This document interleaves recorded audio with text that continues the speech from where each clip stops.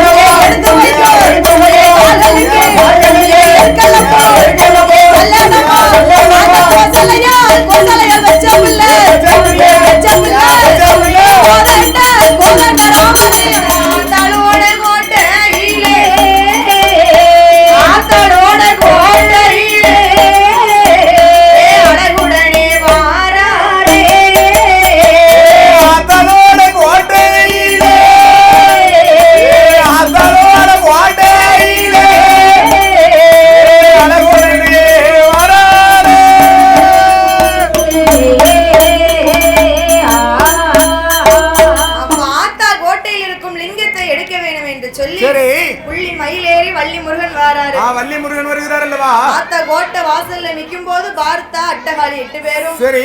ஏ அக்கா மாரியம்மா முப்புடாதி. ஏ தாயே முத்தாரி. இது அந்த பகவான் பிள்ளை தானடி. இது பகவான் பிள்ளையாடி. முத பிள்ளை வந்தாரு படப்ப போட்டாச்சு. முத பிள்ளை பார்த்தா அப்படி இருந்தான். ரெண்டாவது பிள்ளைக்கு என்ன பிடிக்கும்? ரெண்டாவது பிள்ளைக்கு என்ன பிடிக்கும்? அண்ணா பிடிக்கும். பெண்கள் நடனம்னா பிடிக்கும். பெண்கள் நடனம்னா பிடிக்கும் தாய். ஆமா. அதுக்கு நான் ஆடணும்னு சொன்னா பெருமை. சரி என்று சொல்லி பார்த்தா அட்டகாளி 8 பேர்களும் ஆமோ ஐயா வேல்முருகனை கோட்டை உள்ளே அழைத்து சரி நடன நாட்டியங்களுக்கு யார் யாரை வரவழைக்கிறார்கள்? யார் யாரை அம்மா வரவழைக்கிறார்? அத்தை 8 காரியர்களா ஊர்வசியால் வருவாள் உல்லாசமா பாடுவாள் ஏனகையால் வருவாள் தங்கம் போடுவாள்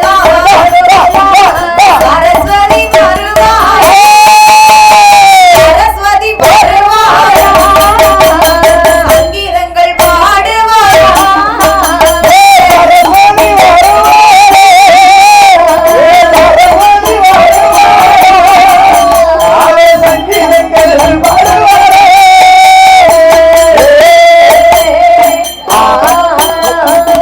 அப்போ பெண்கள் நடனம் நாட்டியம்னு சொன்னா மேனகையால் வருவாள் மிருதங்கம் போடுகிறாள் சரஸ்வதி அம்மா வருகிறா சங்கீதங்கள் பாடுகிறா சரஸ்வதி இப்படி காத்த பிடிச்சிட்டு சரி படிச்சா ஆத்தாலே ஓடி இருப்பா போட்டேன் அவ சங்கீதம் அவ்வளவு அழகா இருக்கும் தாய் சரஸ்வதி அம்மா சங்கீதம் அப்படி இருக்கும் உங்களுக்கு ரசிக்க தெரியல கீழே இவ்வளவு பேர் என்ன பாக்காங்க பாரு நான் தானான போறையும் சரி அப்பந்தான் பார்த்தாள் வேல்முருகன் நடன நாட்டியத்தை கண்டவுடன் சரி எடுக்க வந்த லிங்கத்தையும் மறந்து அவர் விட்டார். என்ன நினைக்காரு? இவ்வளவு நானும் திருச்செந்தூர்ல வள்ளியும் தெய்வான கூட இருந்து எனக்கு போர் அடிச்சு போச்சு. வள்ளி தெய்வான போர் அடிச்சு. ஆனா எனக்கு அக்கா தங்க வாசல்ல பாரு. அடேங்கப்பா ஊர்வசியாவாரா ஒரு பக்கம் ஆட்டுதா. சரஸ்வதியாரா ஒரு மாதிரி ஆடுதா. அடேங்கப்பா எப்படி இல்லாம பாடுறாங்க. இனி அங்க போக வேண்டாம் நம்ம இங்கே இருப்போம் என்று சொல்லி நடன நாட்டியத்தை கண்டவுடன் வேல்முருகன் அகப்பட்டவர் ஆத்தாளோட கோட்டையில இருந்துகிட்டாரு. அப்ப அங்க கைலாசத்துல என் பெருமாள் கோபால கண்ணன் பாக்குறாரு. பார்க்கும்போது பகவானே ஐயா பகவானே என்னையா பிள்ளை பெத்து வச்சிருக்கீங்க? ஒண்ணு பொறுக்கி விங்கியா இருக்கும். சரி இன்னொரு பிள்ளை பொண்ணுக்கு விங்கியா இருக்கும். பொண்ணுக்கு விங்கியா இருக்கும். ஒண்ணு என்னன்னா படப்பு கண்டே உட்கார்ந்துட்டான். சரி ரெண்டாவது பொண்ண கண்டே உட்கார்ந்துட்டான். ஆமா அப்ப எப்படியா பிள்ளை வளர்க்கணும்? 2 பிள்ளை இருந்தும் பிரயோஜனம் இல்ல உமக்கு இல்லாமலும் பிரயோஜனம் இல்ல என்று என் பெருமாள் அவமானமாக பேசும்போது ஆண்டவனுக்கு பெரும் கோபம் வந்தது. ஆமா பெருங்கோபம் வர காரணம் என்ன? காக்கைக்கும் தன் குஞ்சி பொன் குஞ்சி குரங்குக்கும் தன் குட்டி பொன் குட்டின்னு சொல்லிருக்கிறாரு. நம்ம பிள்ளையும் மச்சான் குறை சொல்லுதாரு. உன் பிள்ளை கருப்பா இருக்கு. சரி அப்படின்னு சொன்னா பெத்த மனசு கேட்குமாதா? கேட்காதுல்ல. கருப்பு தான் அழகு காரம் தான் ருசி. கருப்பு தங்க குட்டி அப்படிமா. சரி அப்போ ஆண்டவன் சிவபெருமானுக்கு ஆங்கார கோபத்துல வேர்வையானது வந்தது. வேர்வையானது வருகிறது. ஆமா வேர்வையை வலித்து கரும்பாறையிலே விட்டறிந்தார். அதிலிருந்து ஒரு பாலகன் பிறந்து பாலகனானவன் ஆண்டவனிடத்திலே வந்து கேட்கிறான். ஐயா பகவானே என்னை ஏன் பிறவி செய்தீர்கள்? என் பேரு என்ன புள்ளி என்ன என்று அந்த பாலகன் கேட்கும் போது அந்த பாலனுக்கு எப்படி எப்படி பெயர் கொடுக்கிறார்? எப்படி எப்படி பிறந்தது ஒரு பாலகனுக்கு பெயர் கொடுக்கிறார்? வேர்வையில பிறந்த பிள்ளை பிறந்த பிள்ளை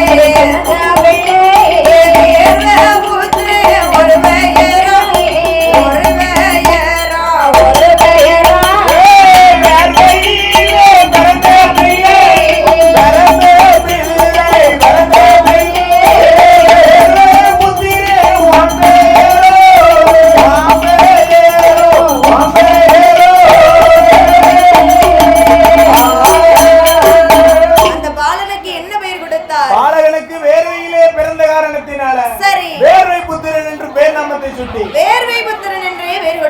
அப்படி கூட அரவாய் பண்ண அடே பாலகா உன்னை ஏன் பிறவி செய்தேன் தெரியுமா? அம்மானுடைய கோட்டையிலே 103 சிவலிங்கம் இருக்கு. ஆகட்டும் பகவானே அதை நீதான் போய் எடுத்து வர வேண்டும் என்று உன்னை பிறவி செய்தேன். ஆமா என்று பகவான் சொன்ன போது வேர்வை புத்திரன் எங்க வருகிறார்? எங்க அத்தா வருகிறார்? அத ஓட்ட மோந்தாம் பெருநடையா ஓடி வாரா வனமான வனகடந்து வருகிறாரே வேர்வை ஆங்கார கோப கோபத்தோடு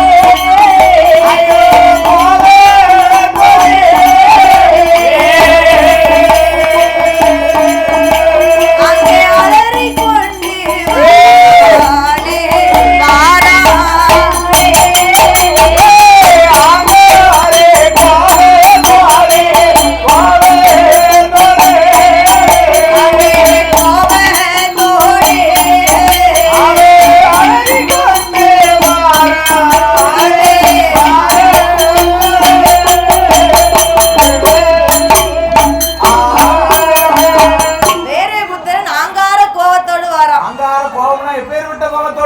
எப்படி ஓட்டமும் பெருநடையுமா ஓடி வாரான் வேர்வபுத்திரன். ஓடி வர வேர்வபுத்திரன் ஆத்தாளோட வாசல்ல போய் நிக்கிறார். 103 சிவலிங்கத்தை எடுக்க. 103 சிவலிங்கத்தை எடுக்கிறது வேர்வபுத்திரன் வந்து நிக்காங்க. ஆமா, பார்த்தா அட்டகாளி 8 பேர்களும்.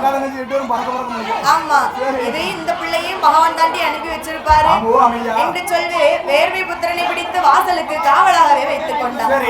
அப்பந்தான் பார்த்தார் ஆண்டவன் பகவான் வேர்வபுத்திரனை அனுப்பியும் லிங்கத்தை எடுக்க முடியவில்லை என்று சொல்லி, ஏ மச்சான், நீங்க தான் போய் லிங்கத்தை எடுக்க வேண்டும் என்று சொல்லி ஆண்டவனாகப்பட்ட சிவபெருமான் என் பெருமாளிடத்திலே சொல்லுகிறார்.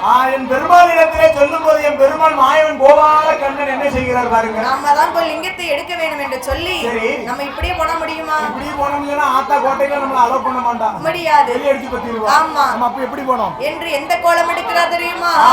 எந்த கோலம் எடுக்கிறாள் பாருங்க. 410 சென்ற நரைத்த பண்டார கிழவனை போலே 410 சென்ற நரைத்த பண்டார கிழவனை போலே 90 சென்ற தொண்டதோறு கிழவனை போலே 90 சென்ற தொண்டதோறு கிழவனை போலே கதில ஓட பாயா ஓட பாயா அவர் கையதில திருவோடா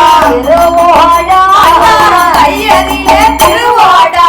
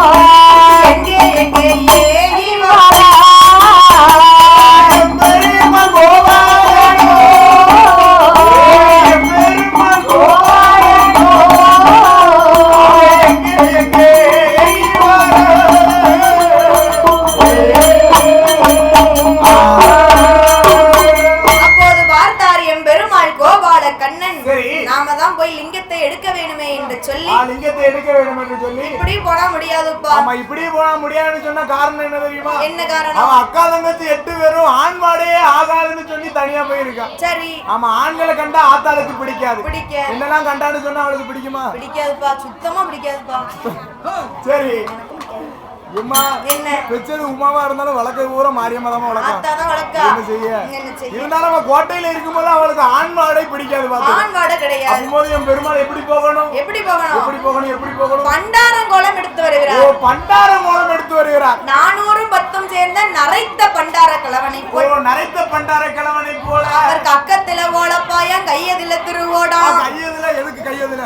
திருவோடு. அம்மா அன்னம் போடுமா அப்படின்னு சொல்லி போகணும். சரி. அரி சிறங்கு சொரி சிறங்கு இங்க 2 பக்கம். சரி. சாரத்தை பத்தி எப்படி இருக்கும்? ஒரு செங்கல் வச்சுக்காரு பாத்துக்கோ. சரி. சொரிய முடியல. ஆமா. சரி. சொரி சேரணும் வச்சுமா. ஆமா. சரி. ஆனால் வந்திருக்கிறது எம் பெருமாள் என்று தெரியாது. தெரியாது. பண்டாரம் போல் வடிவம் கொண்டு ஆத்தாளோட கோட்டையில வந்து இந்த ஆத்தாளோட கோட்டையில வந்து கையில திருவோடு வச்சுக்கிட்டு என்ன கேட்கிறாரு தெரியுமா? என்ன கேட்கிறார் வரம்மா? அன்னம் போடம்மா காளியரை அன்னம் போடம்மா அன்னம் போடம்மா திருவோட்டுக்கு அமுது போடம்மா அன்னம் போடம்மா காளியரை அன்னம் போடம்மா அன்னம் போடம்மா திருவோட்டுக்கு அமுது போடம்மா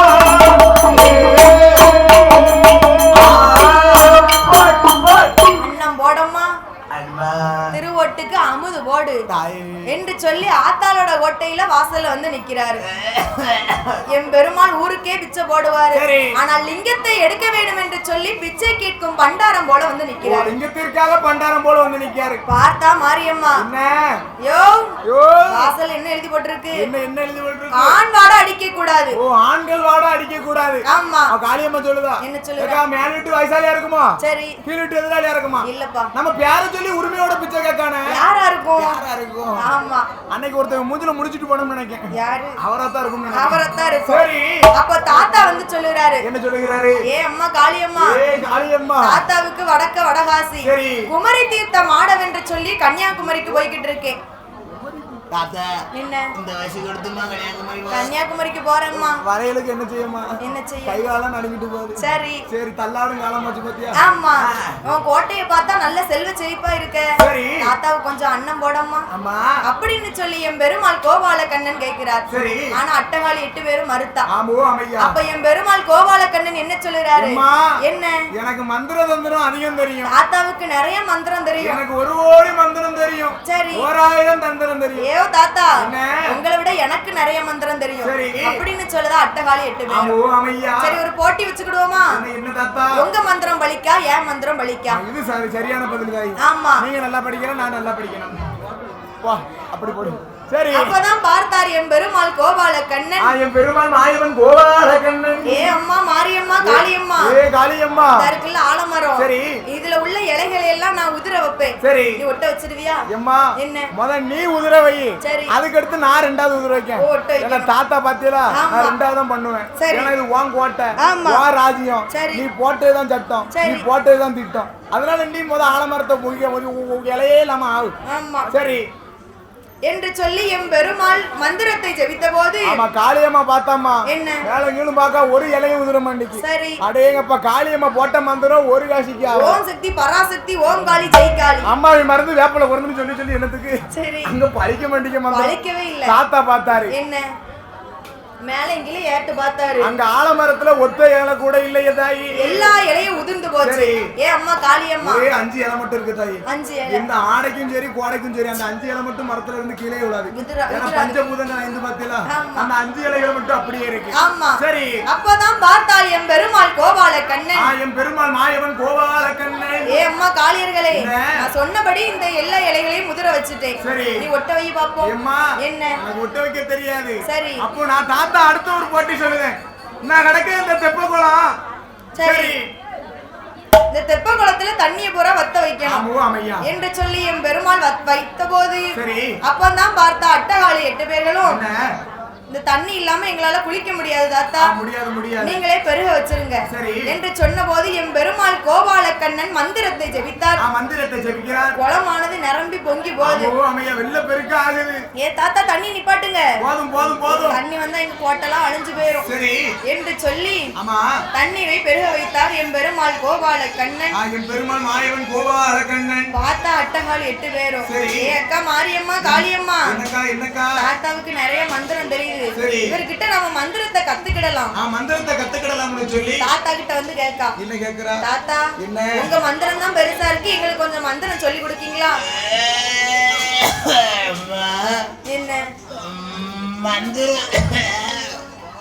உனக்கு மந்திரம் கொடுத்துருவேன். தண்ணி குடிச்சு சொல்லுங்க தாத்தா. தண்ணி குடிச்ச பேரும் உனக்கு மந்திரம் சொல்லி தந்துரும் பேத்தி. சரி, அதுல ஒரு சிக்கல் இருக்கு பாத்து. என்ன சிக்கல்? என்ன சிக்கல் விவரமா கேளு. என்ன? நீ பகவான்கிட்ட இருந்து வாங்கிட்டு வந்திருக்கிய 103 சிவலிங்கம். 103 சிவலிங்கம். அந்த சிவலிங்கம் இருக்க வரைக்கும் சரி, நான் என்ன மந்திரம் சொல்லி கொடுத்தாலும் உனக்கு பழிக்காதுமா. ஓ, பழிக்காதோ? அந்த சிவலிங்கத்தை எடுத்து தூர போட்டனா திருப்பார் கடல்ல கொண்டு போடணும். என்ன மந்திரம் சொன்னாலும் உனக்கு பழிக்கும் பேத்தி. சரி, அவரை இன்னைக்கும் நாளைக்கு கொண்டிருக்காரு. அத இன்னைக்கு வச்சிருக்கேன்னு தெரியல எனக்கு. சரி, அதனால சரி 103 சிவலிங்கம் உன் கோட்டையில இருக்கிற வரைக்கும் நான் எந்த மந்திரம் சொல்லி தந்தாலும் உனக்கு பலிக்காது. ஒரு கோடி மந்திரம் சொன்னாலும் ஒரு பிரேசிக்கு ஒப்பேராது. ஆமா, சரி, அந்த 103 சிவலிங்கத்தை திருப்பார் கடல்ல கொண்டு போடு. ஆமா, கடல்ல கொண்டு போட்டேன்னு சொன்னா சரி, நான் சொல்லி தர மந்திரம் பூரா உனக்கு பலிக்கும் பேத்தி. ஆமா, சரி அப்படின்னு சொன்னபோது அட்டகாளி 8 பேர் ஏமாந்துட்டா. அவ அட்டகாளி 8 பேரும் சொல்லுதா? என்ன? கேக்கா, ஏ அக்கா மாரியம்மா சொல்லுக்கா. அக்கா, எனக்கு மந்திரம் கத்துக்கணும்னு ஆசையா இருக்கு. சரி, நான் தாத்தாவோட கொண்டு அவளை லிங்கத்தையும் கொடுத்துட்டு வரேன். ஆமா, அப்படின்னு சொல்லும்போது மாரியம்மா விவரமான பிள்ளை. அவன் என்ன சொல்லுதா? ஏழா, இவனை பார்த்தா 1000 ரூபாய் மாயக்கண்ணன் போல தெரிகிறது. இவன் நம்மகிட்ட எங்கேயோ நம்மளை ஏமாத்திருக்கான் போல தெரிகிறது. அவளை லிங்கத்தையும் கொண்டு கொடுத்துட்டு தனியா சரியா பேராத பாத்துக்கோ. இவரை நம்ப வேண்டாம். நம்ப வேண்டாம் மாரியம்மா சொல்லி பாக்க. ஆமா. மாரியம்மா கேப்பாளா? கோட்டி எனக்கு மந்திரம் தான் பெருசு. சரி. ஏ தாத்தா, நீங்க கோட்டையிலே இருங்க. சரி. நான் போய் லிங்கத்தை எல்லாம் போட்டு வருவேன் என்று சொல்லி அட்டகாளி 8 பேர்ல எங்க வருகிறார் தெரியுமா? அட்டகாளி 8 பேரும் எங்க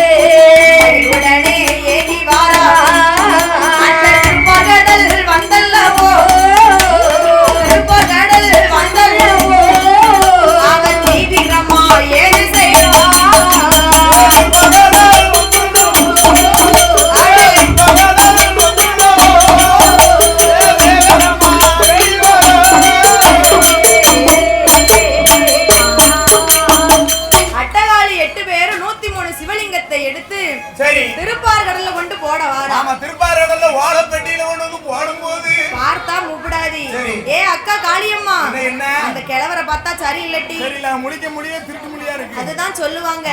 தாய் வீட்டுக்கு போனாலும் தன்னை பேணி போணும். தாய் வீட்டுக்கு போனாலும் தன்னை பேணி போகணும்னு சொல்லுவாங்க. ஆமா. என்ன காரணம் தாய்? என்ன காரணம்? அம்மா வீட்டுக்கு தான் போறோம்னு சொல்லி விறுவிறுன்னு ஓடிட கூடாது. பிள்ளை குட்டியில பூரா கூட்டிக்கிட்டு. சரி. போவ 20 வர 20 பசார் சேர்த்துக்கணும் பாத்துக்கோ. சரி. முதல் அன்னைக்கு மாமா உட்காரு தாய் நல்ல வரவேற்பா இருக்கும். வீட்டுக்காரர் நல்லா இருக்காரா?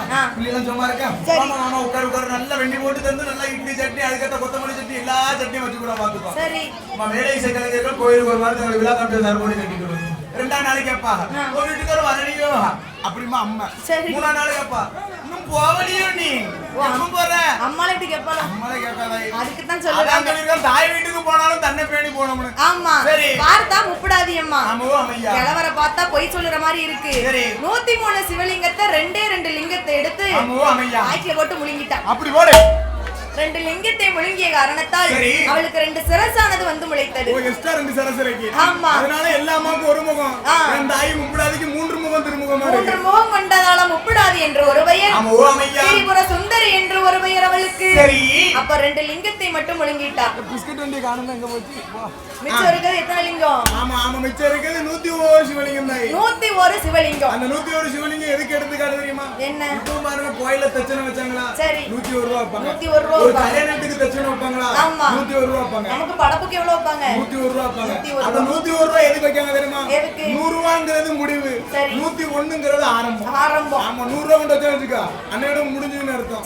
அதே 101 வை அன்னையில இருந்து ஒரு துவக்கம் அர்த்தம். ஆமா. அதனால நம்ம யாரு தச்சனை வச்சாலும் 1001 5001 வைங்க. 5000 ரூபாய் வச்சிடாங்க. 10,000 வாங்கிட்டாங்க. நீங்களும் பதிலுக்கு கொடுக்க வேண்டியிருக்கும். சரி. அப்ப 101 சிவலிங்கத்தையும் திருப்பார் கடலிலே போட்டு விட்டான். அவ அக்காங்க 8 பேரும் கடலில போடும்போது அந்த கோட்டையில யார் இருக்கா? என் பெருமாள் கோபால கண்ணன். சரி. அதாவது பண்டாரம் போல இருந்தவர் மச்சம் போல் சொருபம் கொண்டு 101 சிவலிங்கத்தையும் முழுங்கிக் கொண்டு ஆதிவள்ளி கைலாசத்தில் வந்து பகவான் இடத்துல ஒப்படைச்சாச்சு. இந்தாங்க உங்க 101 சிவலிங்கம்.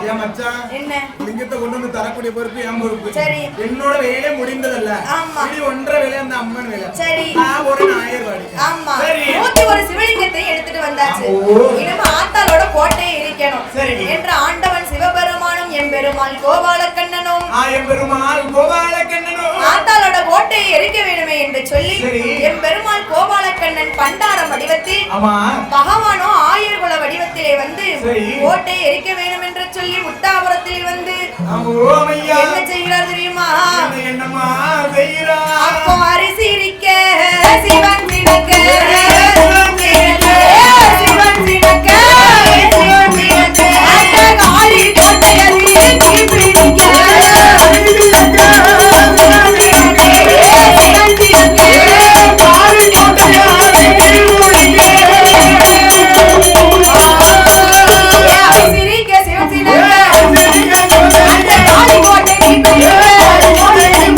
கோட்டையை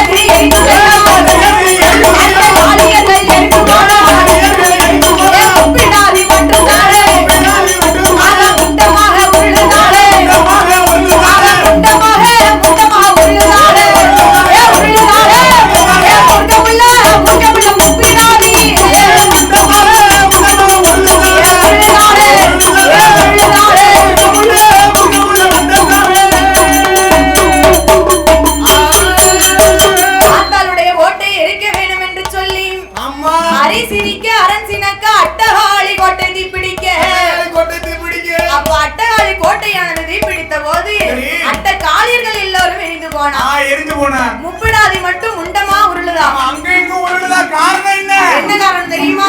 அவன் லிங்கம் 2 லிங்கத்தை உழுங்குனால அந்த லிங்கம் இருக்க காரணத்தால மூட்டமாக உருளுதா. ஆமா, முப்பிடாதி மட்டும் முண்டமாக உருளுதா. பார்த்தால் பார்வதா தேவியானவள் என் தங்கச்சி 8 பேருக்கும் மீண்டும் உயிர் கொடுக்கணும் என்று சொல்லி பார்வதியானவள் கேட்கும் போது பகவான் என்ன சொல்லுகிறாள்? அவர் தீர்த்தம் கொண்டு